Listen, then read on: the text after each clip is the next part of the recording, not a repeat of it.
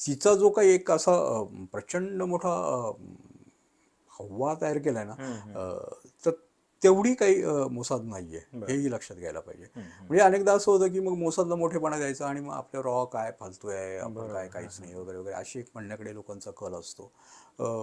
Mossad आहे तशी KGB आहे, CIA आहे, रॉ ही कमी नाही आहे आपली. मोसादच्या अनेक ऑपरेशन्स फसलेली आहेत ना, त्याची चर्चा होत नाही. अच्छा.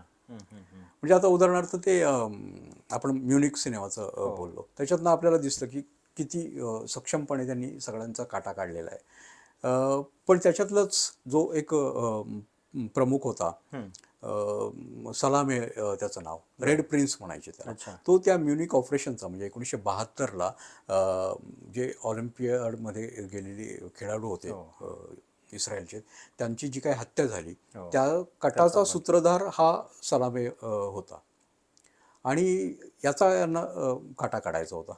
यांना कळालं की तो नॉर्वेतल्या एका शहरामध्ये जाऊन बसलेला आहे.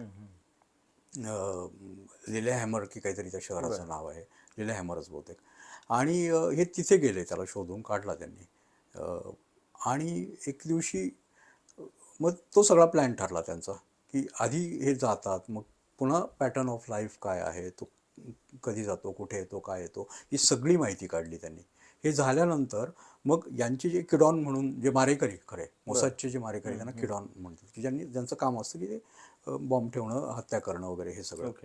तर ती माणसं तिथे आली आणि मग तो क्षण ठरला की याची या ठिकाणी हत्या करायची. तो सिनेमा बघून रात्रीच्या वेळेला परतत होता, सोबत त्याची गरोदर बायको होती.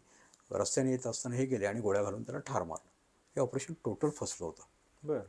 कारण ज्याला मारलं तो सालेमे नव्हताच, तो तिथला मोरोक्कोन एक वेटर होता.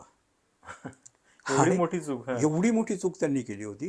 बरं, ही तर हे, पण त्याच्यानंतर त्यांनी इतकं फसलेलं होतं ना ते, की याची तुलना आपल्या त्या कुलभूषण जाधव प्रकरणाशीच करता येईल, फसवणूक म्हणजे फसल्याच्या पातळीवरती.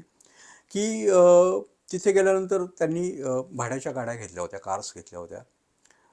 त्याच्यातनं यांना ट्रेस करता आलं, ट्रॅक करता आलं की हे कोण आहेत, कुठून आलेत, काय. पळाल्यानंतर यांचा शोध सुरू झाला जेव्हा, तेव्हा त्या भाड्याच्या गाड्या उपयोगाला आल्या. नंतर लक्षात आलं की यांनी गेल्यानंतर स्वतःची जी खरी नावं आहे ती खरी नावच वापरली होती. काहींनी टोपण नावं घेतली होती, वेगळी नावं धारण केली होती, पण ती नावं खोटी आहेत हे उघड उघड दिसत होतं.